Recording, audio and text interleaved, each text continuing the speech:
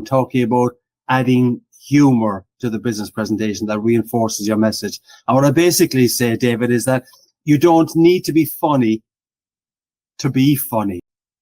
And by that, I mean, all you have to do is capture the humor that you see around you. And almost certainly in the last few days when you were doing podcasts or you were interacting with other people, you said something that put a smile on their face. Quite likely, you don't recall what that was.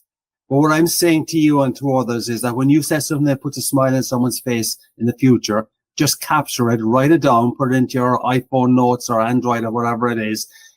And the idea is you don't know when you're going to use it, but what you do have is now you got a little bit of humor that I may be able to use sometime, someplace, somewhere.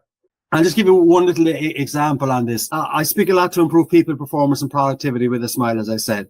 One of my major client groups is manufacturing, and I've done a number of safety conferences as well. So let's assume that I'm speaking to you as a safety audience.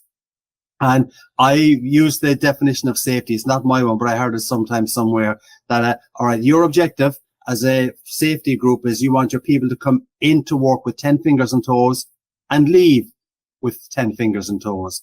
And to do that, you've got to be aware of your surroundings.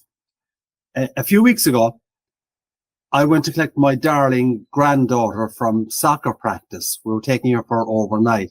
So my wife and I collected Maggie, our little 6-year-old redheaded granddaughter, and we put her into the back seat of the car. My wife sat in at the back seat of the car, and we said goodbye to our daughter.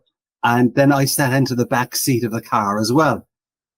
So after a couple of seconds, Maggie realized, Grampy, as she calls me, you should be driving the car.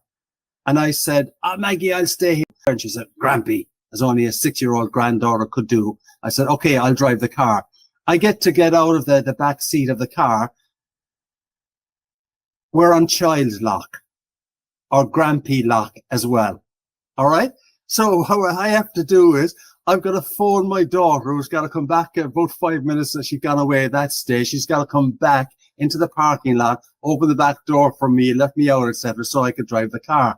Now, what has that got to do with safety and as you as a manufacturing or safety audience? The bottom line, gang, is that you need to be aware of your surroundings. And if you're not aware of your surroundings in a dangerous environment, you're going to get into trouble. So the question for you as a safety or manufacturing audience is, what are the child locks that you're not paying attention to in your environment? And I'll reinforce this one other simple way. Some of you here in the audience have got kids.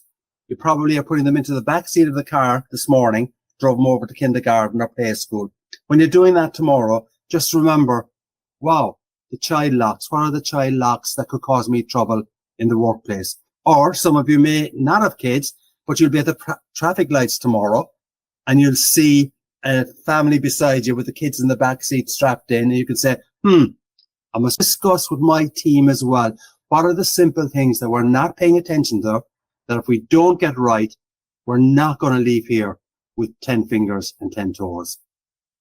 So cut that as now the performance. You're now back as David, okay?